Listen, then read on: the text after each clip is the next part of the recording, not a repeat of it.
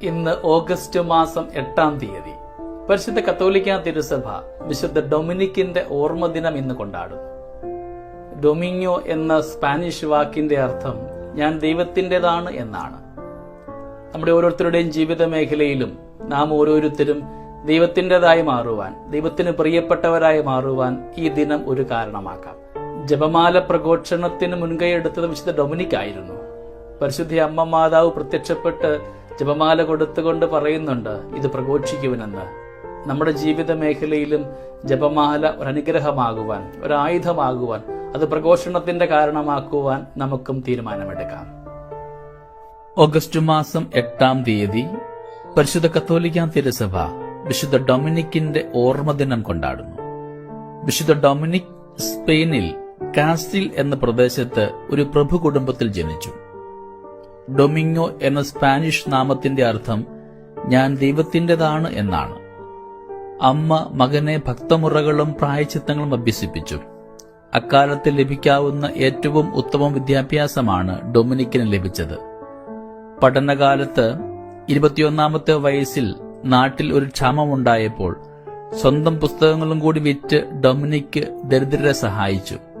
25-ാമത്തെ വയസ്സിൽ ഓസ്മ എന്ന പ്രദേശത്തെ കാനൻസിന്റെ സുപ്പീരിയറായി ഫ്രാൻസിൽ തന്റെ ബിഷപ്പിന്റെ കൂടെ ഒരു യാത്ര ചെയ്തു.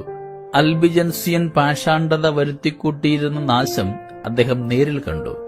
ശേഷം ജീവിതം പാഷണ്ഡികളുടെ മാനസാന്തരത്തിനും വിശ്വാസ സംരക്ഷണത്തിനുമായി അദ്ദേഹം ചെലവഴിച്ചു. ഇതിനായി അദ്ദേഹം 3 സന്യാസ സഭകൾ സ്ഥാപിച്ചു. ചെറിയ പെൺകുട്ടികളെ പാഷാണ്ഡതയിൽ നിന്നും അബദ്ധങ്ങളിൽ നിന്നും സംരക്ഷിക്കുവാൻ സ്ത്രീകൾക്കായി ഒരു സഭ ആദ്യം അദ്ദേഹം തുടങ്ങി. അക്കാലത്ത് ഭക്തരായ ചിലർ അദ്ദേഹത്തോട് ചേർന്ന് പ്രവർത്തിക്കുവാൻ തയ്യാറായി. അവരെല്ലാവരും ചേർന്ന് ഫ്രയർ പ്രീച്ചേഴ്സ്, പ്രഭാഷക സഹോദരർ എന്ന പേരിൽ വേറെ ഒരു സഭ ആരംഭിച്ചു. പിന്നീട് കുടുംബജീവിതം നയിക്കുന്ന പുരുഷന്മാർക്കും സ്ത്രീകൾക്കുമായി 3-ാം സഭ ആരംഭിച്ചു. ദൈവം പുതിയ സഭയെ സമൃദ്ധമായി അനുഗ്രഹിച്ചു. അത് അതിവേഗം ഫ്രാൻസ്, ഇറ്റലി, ഇംഗ്ലണ്ട്, സ്പെയിൻ മുതലായ രാജ്യങ്ങളിൽ വ്യാപിച്ചു. 1214 പ്രൗവിൽ എന്ന ദേശത്തുണ്ടായിരുന്ന ദൈവമാതൃ ദൈവാലയത്തിൽ മുട്ടുകുത്തി തിരുസഭയ്ക്കു വേണ്ടി പ്രാർത്ഥിച്ചുകൊണ്ടിരിക്കുമ്പോൾ ദൈവമാതാവ് പ്രത്യക്ഷപ്പെട്ട് ജപമാല നൽകിക്കൊണ്ട് അത് പ്രസംഗിക്കുവാൻ ആവശ്യപ്പെട്ടു. പാഷണ്ഡികൾ അദ്ദേഹത്തെ വധിക്കുവാൻ പോലും പരിശ്രമിച്ചെങ്കിലും അവസാനം പാഷാണ്ഡത തകർന്നു. രാത്രി പ്രാർത്ഥനയിലാണ് അദ്ദേഹം ചെലവഴിച്ചിരുന്നത്. രാവിലെ എഴുന്നേറ്റ് രക്തം പൊടിയുന്നതുവരെ സ്വശരീരത്തിൽ ചമ്മട്ടികൊണ്ട് അടിച്ചിരുന്നുവെന്ന് പറയപ്പെടുന്നു. അദ്ദേഹത്തിന്റെ പ്രസംഗങ്ങൾ അനേകരെ മാനസാന്തരപ്പെടുത്തിയിട്ടുണ്ട്. ജപമാല ഭക്തിയും എരിയുന്ന വാഗ്വിലാസവും ജീവിത വിശുദ്ധിയുമാണ് പാഷണ്ഡികളുടെ മാനസാന്തരത്തിന് വഴിതെളിച്ചത്. ക്ഷീണിതനായി 1221 ഓഗസ്റ്റ് 6-ാം തീയതി വിശുദ്ധ ഡൊമിനിക് അന്തരിച്ചു. 1234 ജൂലൈ 13 അദ്ദേഹത്തെ വിശുദ്ധനെന്ന് നാമകരണം ചെയ്തു.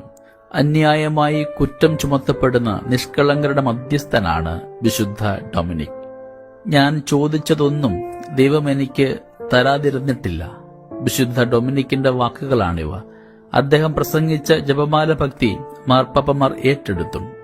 അത് തിരുസഭയ്ക്ക് അനവധി അനുഗ്രഹങ്ങൾ നേടിക്കൊടുത്തുകൊണ്ടേയിരിക്കുന്നു.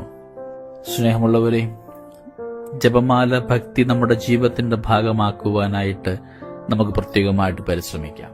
വിശുദ്ധ ഡൊമിനിക്കിന്റെ ഈ ഓർമ്മദിനത്തിൽ നാം ആയിരിക്കുമ്പോൾ നമ്മുടെ ഓരോരുത്തരുടെയും ജീവിത മേഖലയിലും പരിശുദ്ധ അമ്മയോട് ഏറ്റവും അടുത്ത് ഇടപഴകുന്നവരാകുവാൻ, ജപമാല ധ്യാനത്തിലൂടെ, ജപമാല പ്രാർത്ഥനയിലൂടെയൊക്കെ ഓരോ ജപമണിയിലൂടെയും കടന്നു പോകുമ്പോൾ നമ്മുടെ ജീവിതത്തിന് സങ്കടങ്ങളെയൊക്കെ അനുഗ്രഹമാക്കുവാൻ നമുക്കും ഇന്ന് അമ്മയോടൊപ്പം ആവാം. ദൈവാത്മാവിന്റെ കൃപ നമ്മുടെ ഏവരുടെയും കൂടെ എന്നും ഉണ്ടാവട്ടെ. പരിശുദ്ധ അമ്മയുടെ ഹൃദയത്തിലും ഉദരത്തിലുമൊക്കെ വചനം ഉരുവായതുപോലെ നമ്മുടെ ജീവിത മേഖലയിലും വചനം രൂപപ്പെടുവാനായിട്ടും അത് അനുഗ്രഹമായി പുറത്തേക്ക് ഭവിക്കുവാൻ നമുക്ക് ദൈവാരൂപിയുടെ കൃപയുണ്ടാകുവാനും ഇന്ന് പ്രാർത്ഥിക്കാം.